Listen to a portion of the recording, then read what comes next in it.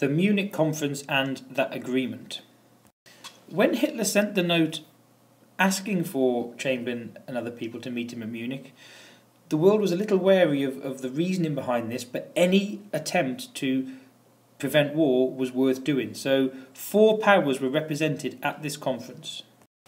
Chamberlain for Britain, obviously Hitler for Germany, Mussolini for Italy, and the French Minister of War, Edward Daladier. Czechoslovakia, which most of the conversation was about, was not invited, nor were the USSR. On the 30th of September 1938, it was agreed that the whole of the Sudetenland would become German.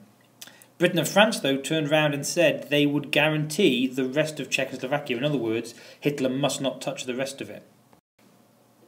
Which means the purple becomes the light purple, but this browny yellowy colour, Britain and France now guaranteed. In other words, in theory, if Hitler ever moved troops into that area from any of those surrounding purple German lands, Britain and France would have to declare war. The Czechs were forced to accept this, they had no say in it. Then Chamberlain does something a bit sneaky and a bit underhand. He arranges a meeting just between himself and Adolf Hitler.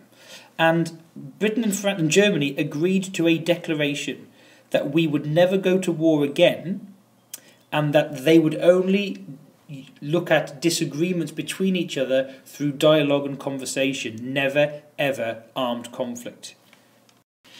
This is the famous piece of paper that Chamberlain held in his hand at Heathrow Airport when he returned to Britain on the 1st of October. He said things like, "It is peace in our time," and he trusted that Adolf Hitler was going to abide by what they agreed. He was proven wrong, and that's why he's been seen by many as a weak and ineffective leader. So what's the importance of Munich? Well, first of all, Hitler had gained the Rhineland without any fighting whatsoever.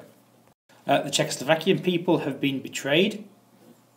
Chamberlain did, to be fair to him, maintain peace, although only for a few months, but he did maintain the peace.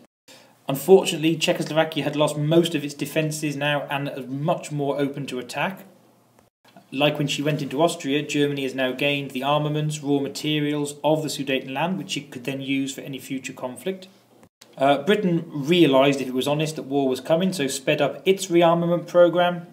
And finally, Russia, or the USSR, had been left out of the talks and also felt betrayed. So you have an example of a lot of countries now with a lot of tension and a lot of bad feeling, preparing almost for war.